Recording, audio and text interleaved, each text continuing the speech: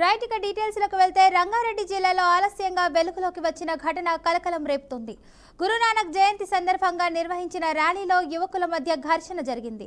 ఘర్షణలో గురుప్రభు సింగ్ అనే యువకుడిపై 6 యువకులు ఆకస్మాత్తుగా కత్తులతో దాడి చేశారు. తీవ్రంగా గాయపడిన బాధితుడిని స్థానికులు తక్షణమే ఆసుపత్రికి తరలించారు. ఘటనలో గురు సింగ్ తలకు తీవ్ర గాయమైందని వైద్యులు తెలిపారు. కేసు నమోదు చేసిన పోలీసులు సీసీ కెమెరాల ద్వారా దర్యాప్తు ప్రారంభించారు.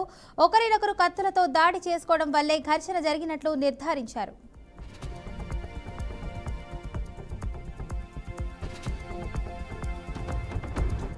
రైట్ గా ఇదే అంశానికి సంబంధించి పూర్తి సమాచారాన్ని మా క్రైమ్ బ్యూరో చీఫ్ ఇన్నారెడ్డి అయితే అందిస్తారు ఫోన్ ద్వారా. చెప్పండి ఇన్నారెడ్డి.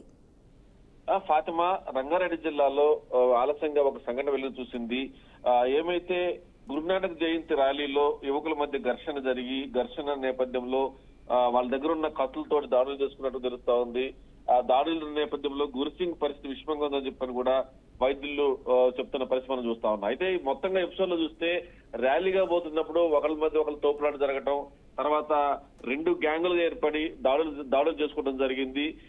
దీనికి సంబంధించి ఇప్పటికే పోలీసులు కేసు నమోదు చేసుకుని దర్యాప్తు చేస్తున్న నేపథ్యంలో సీసీ ఫుటేజ్ ఆధారంగా ప్రస్తుతం అయితే మాత్రం కేసు నమోదు చేసుకోవడం తెలుస్తా ఉంది. దీంట్లో ఎవరి తప్పు ఉంది, తర్వాత ఈ ర్యాలీలో గొడవ పడుతున్న కారణం గతంలో ఉన్న పాత కక్షల నేపథ్యంలోనే ఈ రకంగా ర్యాలీ వెళ్తుండగా గొడవ పడి ఈ కత్తులతో దాడి చేసుకున్నట్టు కూడా ప్రాథమిక విచారణలో తేలింది.